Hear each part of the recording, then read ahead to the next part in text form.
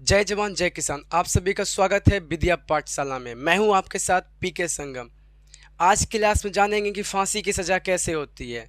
देखिए, जज साहब जब किसी को फांसी की सज़ा सुनाते हैं तो सुनाने के बाद अपना पेन के जो नीब होता है उसका तोड़ देते हैं। देखिए, पुराने ज़माने में जो ऋषि मुनि होते थे, जब किसी को श्राप देते थे ना, तो श्राप दिला के बाद ऋषि मुनि में भी जब पावर नहीं होता था कि उस श्राप को बदल दें, वैसा ही यहाँ पर होता है। जज साहब जब किसी को फांसी की सज़ा सुना देते हैं तो जज साहब के पास भी पावर नहीं होता है कि उसकी फांसी की सज़ा को माफ़ कर दें, इसीलिए अपना पेन के नीब को तोड़ देता है। लेकिन पेन के नीब को तोड़िए क्या फेंकता है, डायरेक्ट कैन फेंक देता है पेनमा को। देखिए, इस पेन के वजह से किसी की जान गई है तो यहाँ पे कोर्ट है, यहाँ पे सबको सजा मिलती है। ये पेन की वजह से जान गया है तो एक पेन के नीब को एक तरह समझ कर भी जान लेके फेंकता है। देखिए, अब बात करते हैं कि फांसी की सजा को माफ कौन कर सकता है। मान के चलिए कोई आदमी है, वो बेगुनाह है, फिर भी कोर्ट ने फांसी की सजा सुना दी गई है। अब देखिए, कोर्ट तो बदल सकता नहीं है, कोर्ट के पास पावर है नहीं कि भाई फिर से फांसी की सजा को माफ़ कर दिया जाए या बदल दिया जाए। तो ऐसा तो पॉसिबल है नहीं कोर्ट के द्वारा। तो अब किसके पास जाएगा? तो उसके पास एक ही ऑप्शन होता है, राष्ट्रपति, उसके पास जा सकता है। राष्ट्रपति के पास पावर होता है कि वो फांसी की सज़ा को माफ़ कर सकता है। लेकिन आदमी के पास गलत जानकारी होता है, उसका लगता है कि ले जो है राष्ट्रपति सोचेगा और बदल देगा फांसी की सज़ा को। ऐसा नहीं होता है। राष्ट्रपति भी भारत सरकार से बिना अनुमति लिए नहीं कर सकता है। तो भारत सरकार से अनुमति लेने के बाद ही राष्ट्रपति ऐलान कर सकता है कि इसकी सज़ा को माफ़ किया जाए। देखिए, अगर मान के चलिए राष्ट्रपति के ही कोई परिवार में ऐसा ऐसा कोई कांड हो गया है तो राष्ट्रपति तो भाई मनमर्जी कर लेगा, वो बोल देगा ठीक है, हम परिवार के लोग हैं, माफ़ कर दो, तो माफ़ कर देगा। लेकिन ऐसा नहीं होता है। आदमी को लगता है कि ये राष्ट्रपति जो है अमेरिका वाला है। देखिए, अमेरिका के राष्ट्रपति के पास अलग पावर होता है। वो अपराध जब कोई करता है ना, तो अपने अपराध के लिए अपने खुद से माफ़ी मांग लेता है। जैसे कि मान के चलिए कोई अमेरिका का राष्ट्रपति है, कोई क्राइम कर दिया, कोई अपराध कर दिया, तो माफ़ी मांगे किससे? अपने आप से माफ़ी मांग लेता है कि चलो भैया इस अपराध के लिए माफ़ी मांगे ही है।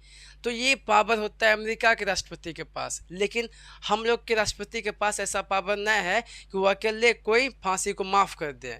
उसको भी भारत सरकार से अनुमति लेना पड़ता है, तब जाके वो माफ़ कर सकता है। देखिए, अब बात करते हैं कि कितना दिन पहले कैदी को सूचना मिल जाता है उसको फांसी होने वाली, तो इसका आंसर है 14 दिन। 14 दिन पहले सूचना दी जाती है कि आपको फांसी होगी। ऐसा इसलिए किया जाता है कि ताकि कैदी अपने आप को प्रिपेयर कर सके। जैसा कि आप जानते होंगे कि अगर आप सुबह सुबह जगते हैं और 5-6 लोग बाग घूर घूर के देख रहा है, अचानक आप जगें तो डर जाइएगा। इसीलिए अपने आप को प्रिपेयर कर सके तो इसलिए 14 दिन पहले सूचना मिल जाता है उसको। और दूसरा बात, अपन परिजन फैमिली सबसे मिल सके, इसलिए भी ऐसा किया जाता है। और जेल वाला भी अपना फांसी के सिस्टम को बढ़िया से तैयार कर सके, तो इसलिए ऐसा किया जाता है। देखिए, अब बात करते हैं कि फांसी के लिए जो रस्सी बनाई जाती है वो बनती कहाँ है। तो बनती है बक्सर के सेंट्रल जेल में, और इसके अलावा कहीं भी नहीं बन सकती है। ऐसा इसलिए क्योंकि इंडियन फैक्ट्री लॉ के अनुसार फांसी के फंदे बनाने पे प्रतिबंध है। अगर कहीं पे कोई बनाता है तो वो एक्ट का विरोध किया जाएगा। तो ऐसे में कहीं भी फांसी हो, उसके लिए जो रस्सी बन के तैयार होके जाएगी वो बक्सर ज़िला से ही जाएगी, बक्सर के सेंट्रल जेल से ही जाएगी। अब बात आती है कि यहाँ पे एक प्रक्रिया कब से चल रही है। तो ये प्रक्रिया अंग्रेज के ज़माना से चल रहा है, और अंग्रेज ने जो रस्सी बनाने की मशीन तैयार की थी वो बक्सर के सेंट्रल जेल में ही लगाया। ऐसा इसलिए कहा जाता है कि ये गंगा नदी किनारे बसा हुआ है, जिसके वजह से यहाँ पर नमी अधिक है। और रस्सी के लिए जो सूत होती है, सूत को थोड़ा चाहिए नमी मुलायम करने के लिए, तो इस वजह से हो सकता है कि यहाँ पे लगाया गया हो। लेकिन अब फिलहाल में रेडीमेड सूत का उपयोग किया जाता है। और इस रस्सी का नाम जो है मनीला रस्सी कहा जाता है। बात यह है कि यहाँ पे बनने से पहले, बक्सर सेंट्रल जेल में बनने से पहले वो बनता था फिलीपींस देश है वहाँ बनता था, उसी की राजधानी मनीला में बनता था, जकरा वजह से इसे मनीला रस्सी भी कहा जाता है। देखिए, फांसी के 2 दिन पहले जल्लाद को बुला लिया जाता है ताकि जल्लाद भी अपने आप को प्रिपेयर कर सके कि उसको फांसी देनी है। बात है कि जिंदा आदमी को मौत देना बहुत बड़ी बात होती है, तो इसके लिए जल्लाद को भी प्रिपेयर करना होता है। और रस्सी की जांच के लिए कैदी के वजन के अनुसार एक रेत की बोरी बनाई जाती है, बालू की बोरी बनाई जाती है और उसे रस्सी के मदद से लटकाया जाता है ताकि रस्सी की जांच हो सके कि भाई नहीं परफेक्ट है। ऐसा ना हो कि भाई जिस दिन फांसी दें उस दिन रस्सी टूट जाए, दिक्कत हो सकता है, इसीलिए पहले सब जांच किया जाता है। चलिए अब आते हैं फांसी वाले दिन पर। देखिए, फांसी हमेशा सुबह सुबह होती है। ऐसा इसलिए, देखिए, फांसी की वजह से जेल के काम में कोई दिक्कत ना हुए, इसीलिए सुबह सुबह ही फांसी दे के निपटा दिया जाता है। देखिए, फांसी से पहले उस कैदी को उसी के भाषा में उस वारंट को पढ़ के सुनाया जाता है और उसके बाद नहवाया जाता है, नया नया कपड़ा पहनाया जाता है। इसके अलावा अगर उसकी अंतिम इच्छा ये है कि हमें जब फांसी हो तो उस समय धार्मिक जो संत महात्मा होते हैं वो उपस्थित हो, तो ऐसी सब इच्छा पूरी की जा सकती है। और ऐसी कोई इच्छा पूरी नहीं की जा सकती जिससे लंबा समय लगे। जैसे वो बोल देगा हमरा पटना घूमे के है, तो ऐसी इच्छा को पूरा नहीं की जा सकती है। वही इच्छा पूरा की जा सकती है जो कि वहाँ पे जेन्युइन ढंग से पूरा हो सके। और उसके बाद मुहबा में काला कपड़ा को बांध दिया जाता है और बांध करके उसको सेल से निकाल करके ले जाया जाता है जहाँ पे फांसी उसको देनी है। देखिए, जहाँ पे फांसी दी जाती है जब वो वहाँ पहुँचता है तो उस समय उसका जो आसपास के माहौल होते हैं जहाँ फांसी देनी होती है एकदम शांत होता है।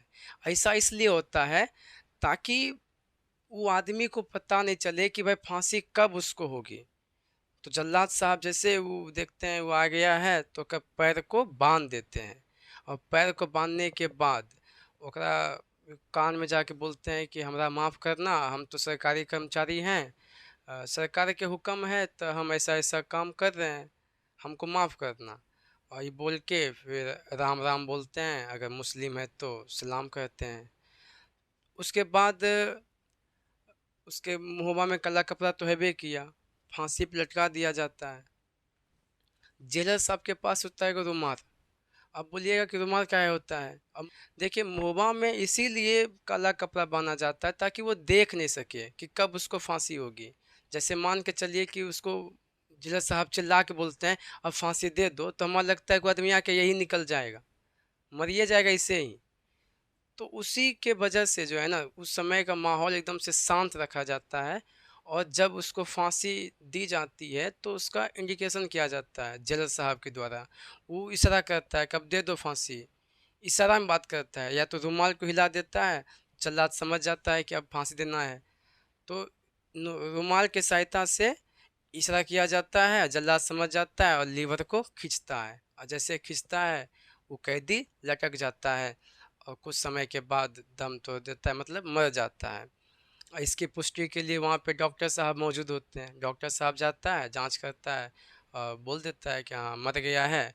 और मरला के बाद अगर कोई खतरनाक सनी आदमी है जरा वजह से ये अगर ओकर परिवार को जाता है बॉडी, मरल का बॉडी किसी को जाता है कैदी के मरा हुआ बॉडी, तो उससे प्रॉब्लम हो सकता है। तो जेलर साहब यानी कि वहाँ के आदमी ही इसको जला दिया जाता है। अगर कोई प्रॉब्लम न है तो ओकर बॉडी को दे दिया जाता है ओकर परिजन को। तो इस प्रकार से फांसी की सज़ा होती है। धन्यवाद।